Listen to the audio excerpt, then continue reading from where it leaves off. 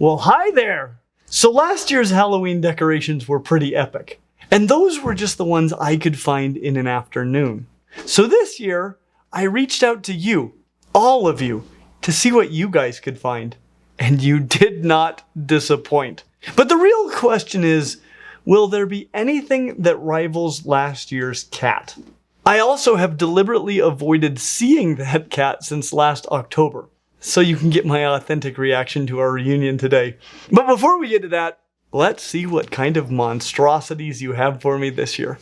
And given that this is Clint's Reptiles and our logo is a chameleon, let's start with the chameleon. We actually have two of them, but they're almost identical. And they're really not too bad. These skeletons, they're not meant to be museum replicas or educational aids. They're decorations. That said, I'm still shocked that some of the artists that create them do not seem like they even take a glance at the actual skeletons of these animals.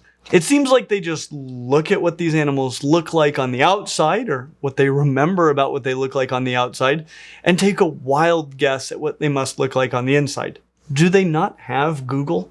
Well, like I said, these chameleons are really not too bad at all. I think they definitely looked at some real skeletons. That skull, while not perfect, looks pretty much like a real chameleon skull. The ribs are a bit thick, as thinner ribs would be very fragile and difficult to manufacture, but chameleons really do have ribs that go almost all the way to the pelvis like this, with the last few being free-floating ribs. They made some concessions to make this tail posable.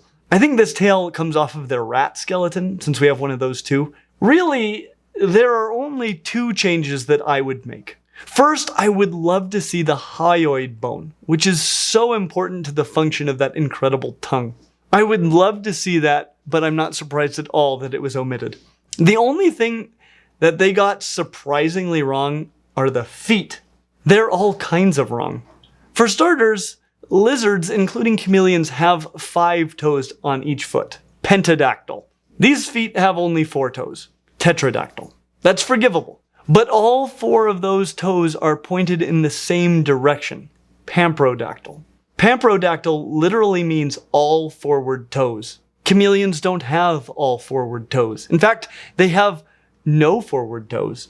They have 3 toes on one side and 2 toes on the other. Which side has more depends on if you're looking at the front legs or the back legs. This is similar to the zygodactyl feet found in some birds with 2 pairs of toes facing in opposite directions. Zygo literally means pair and dactyl still means toes. But it's a bit different because there are 5 toes involved, a pair and a trio, fused into 2 opposing bundles like a mitten for the penguin. And since this is the most diagnostic trait for a chameleon that is easily observable on their skeletons, it's a bit disappointing that they got it wrong. Overall though, good effort. Certainly more than I can say for this. This is a scorpion skeleton, and it is outrageous, as was the spider skeleton from last year. But as outrageous as it is to make a vertebrate skeleton for a scorpion, I get it. Real scorpion skeletons look like these scorpions that were given to me by Dawn from Dawn's Garters. They look exactly the same as my living emperor scorpion. Scorpions have a skeleton, it's just on the outside, an exoskeleton. But other than that, they did a pretty good job of making an anatomically accurate scorpion conjured up by a necromancer. It has 8 legs coming off of the prosoma, a pair of pedipalps formed into claws that articulate from the bottom, opposite to those of most crabs and lobsters. I think they looked at an actual scorpion. Unlike this cheap knockoff that looks like an exact copy, except they changed the claws by adding little skulls to them and turning them into lobster claws instead of scorpion claws. Imagine copying an already massively inaccurate skeleton by making it slightly less accurate. It's outrageous. But it does light up, and so do scorpions under blacklight, so that's maybe a little bit redeeming. As for mouth parts, both of them have them. They should be claw-like chelicerae, and they're not, but it's something. It could be worse. And we have something much worse coming.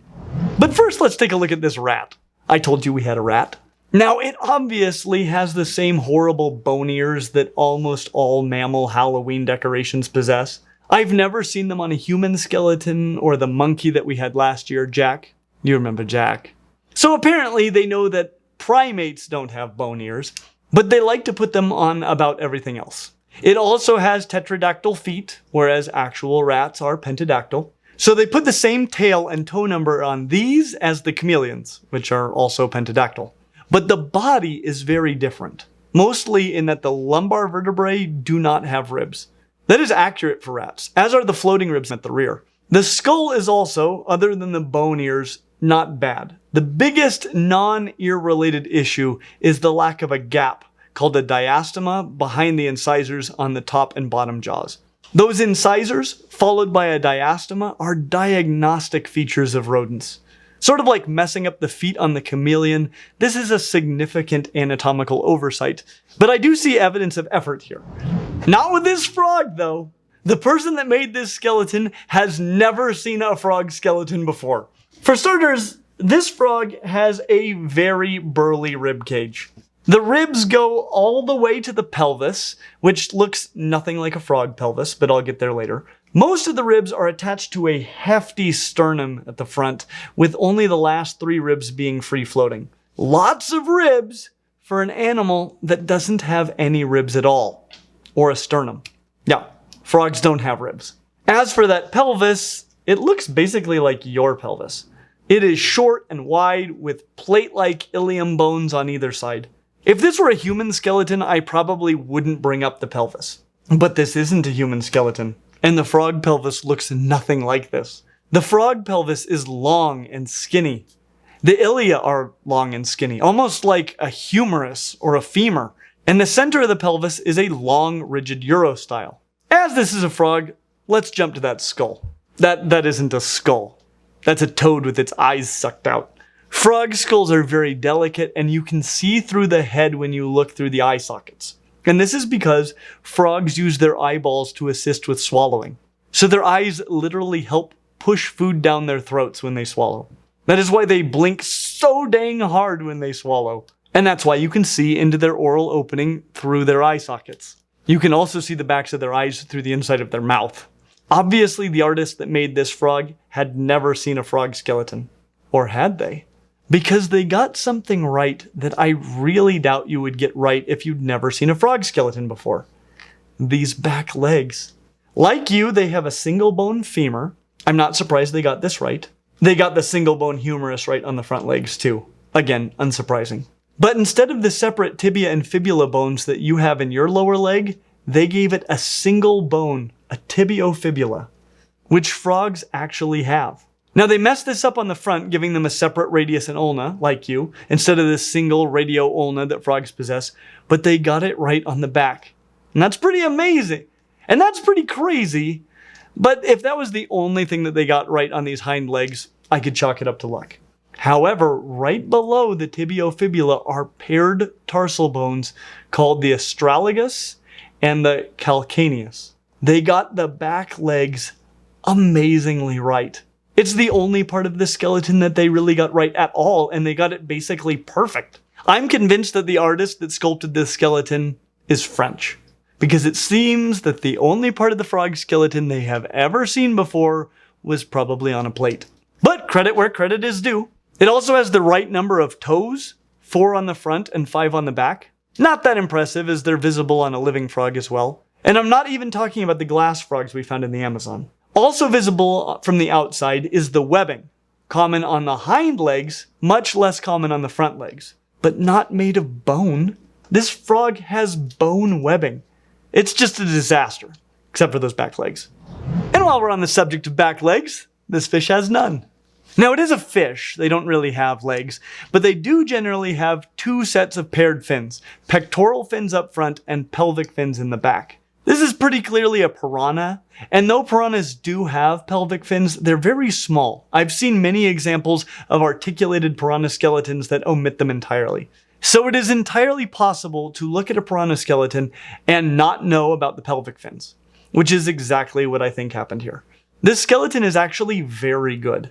There's just too much that they got right, and not just about fish in general, but about piranhas specifically. For example, this horn-like projection on the top of the skull. Piranhas and their close relatives, like pacus, have that skull projection, but it isn't that common in other fish. That gap right here in the operculum is also very pronounced in piranhas, and it only has one dorsal fin. Piranhas do have a secondary dorsal fin, but I've never seen any sign of it on an articulated piranha skeleton. Really, the only major fin that is missing is the anal fin. I'm not really sure why they didn't include it. But they also got a lot of other fish skeletal attributes very right. The fin rays look like fin rays. The spine runs essentially down the center of the fish and not down its back, which is accurate. There's a bony ridge on which the dorsal fin attaches. The basic rib structure is spot on, though a little bit burly, probably for manufacturing reasons. Whoever made this thing did at least 10 minutes of research first, which is not too shabby. Not the case for this monstrosity. This is a bone octopus. Specifically, it is called a skeleton octopus, which is one of its only redeeming features. The thing about octopods is that they have no bones. No skeleton, endo or exo. The only hard part in their entire bodies would be their beak. Though there are a few species that also have an internal shell similar to those of squids or cuttlefish. So the hard parts of an octopus, at most, are a little beak and a white rod. Nothing that looks like a whole vertebrate octopus. So to make a long story short, last year I learned that snakes, which are vertebrates with bones, have no skeletons. And this year, I am to believe that octopuses, which are not vertebrates and have no bones, have vertebrate skeletons. Or at least that a necromancer could use the bones of vertebrates to concoct some sort of a demon octopus. Except even then, where did it get those bone suckers? It's outrageous! Other than having 8 arms with suckers, 2 eyes, and a mantle cavity, it's missing almost all of the other cephalopod features. No siphon, no beak, the eyes aren't even in the right place. I do like this suture down the face though. And there's one more thing about it that very nearly makes up for all of the inaccuracies. It lights up! And there are a few bioluminescent octopi out there. So I'm gonna let all the other stuff slide. Now we've got a few more dandies ahead, including my very favorite skeleton, which I was able to get thanks to the support of our rad fans and stinkin' rad fans on Patreon, who also get a whole additional video this week and every week. So if you're interested in that, check it out. But I want to pause for just a moment to have a reunion with my favorite cat and his adorable little face. I legitimately haven't looked at him for over a year. Mr. Jason, will you retrieve the cat? Okay. I'm not ready for that part. Turn it that way for a second. Okay. How you looking, buddy? Does our kitty need a name? I think he needs a name. Okay, so, as I recall, everything looks pretty good. This is just an AT-AT black cat. A little grumpy. Everything's fine. Let's see how are his ears doing. How have you been? He's been in storage for a little bit. Poor guy.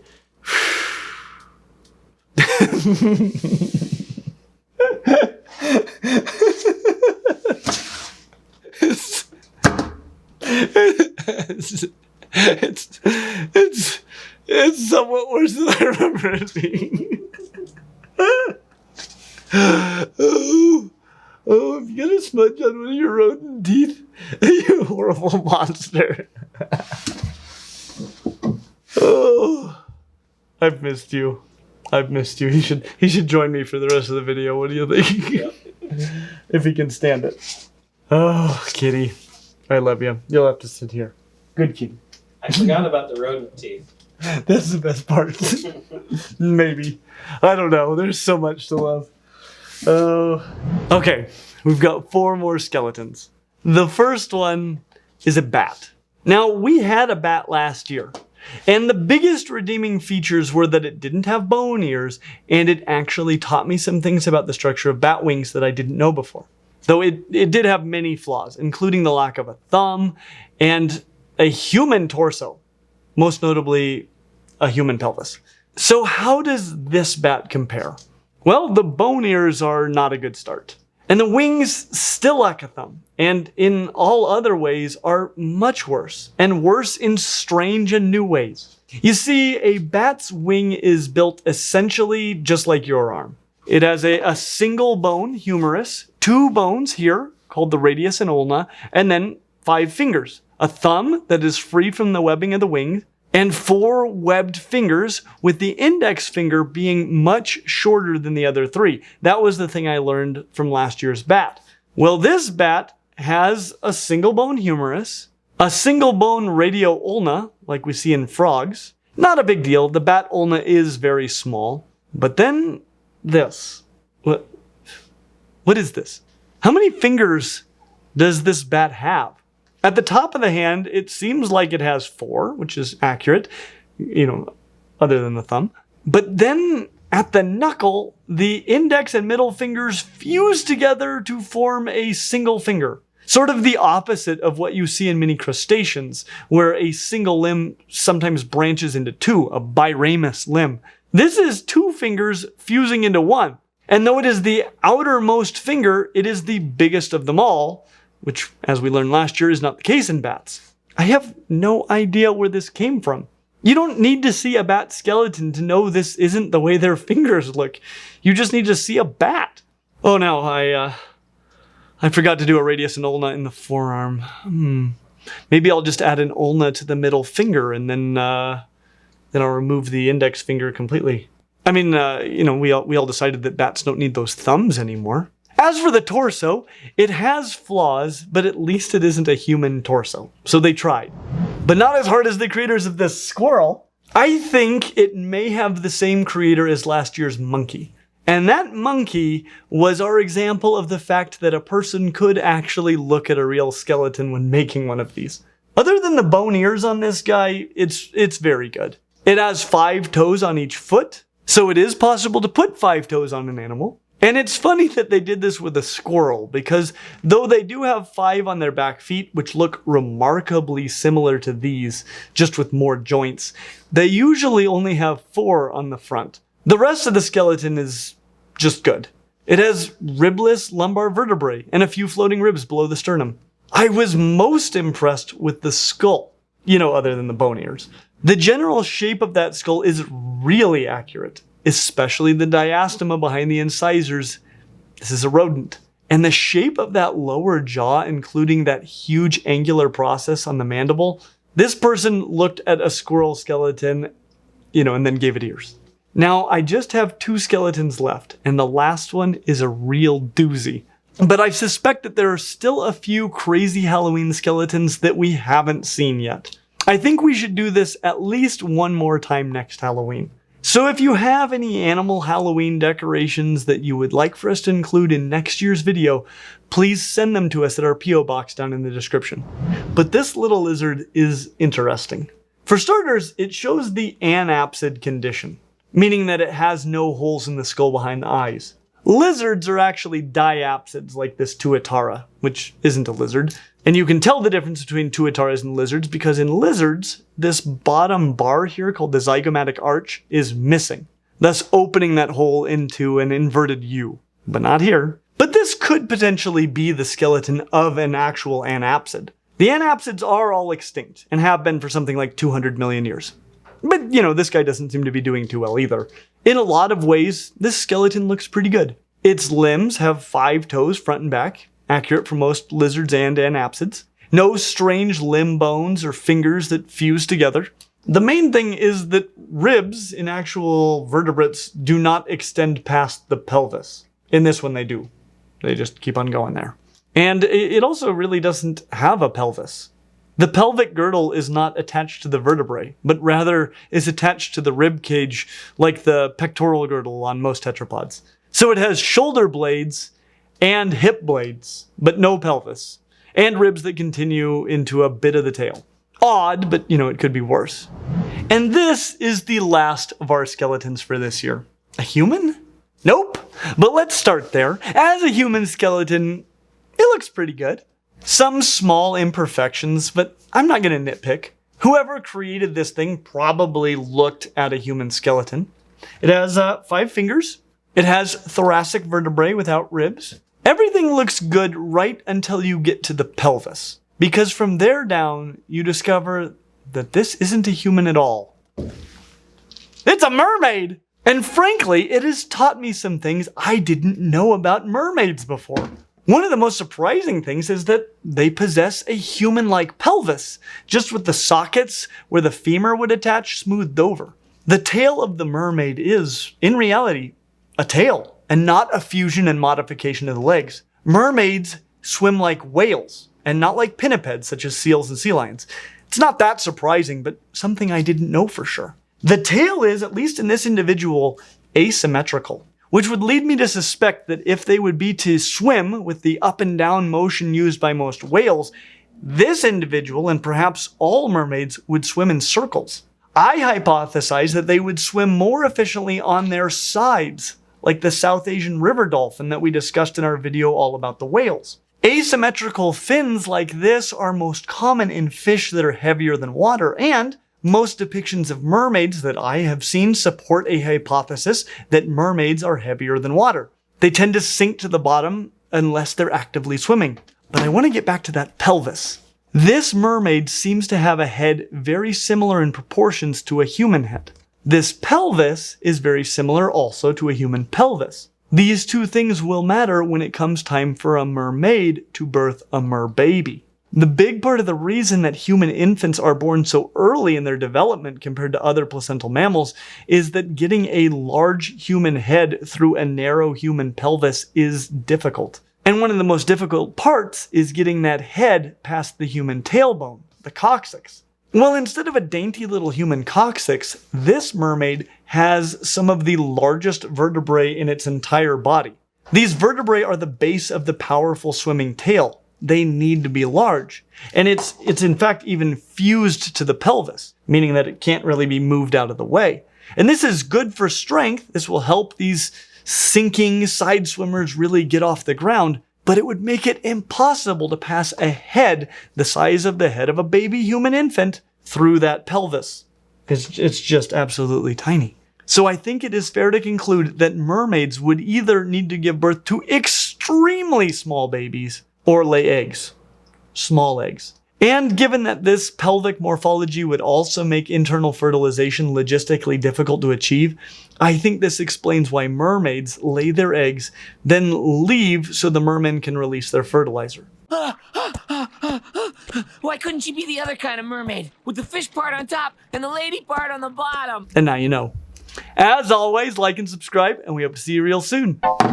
Look at this stuff. Isn't it neat?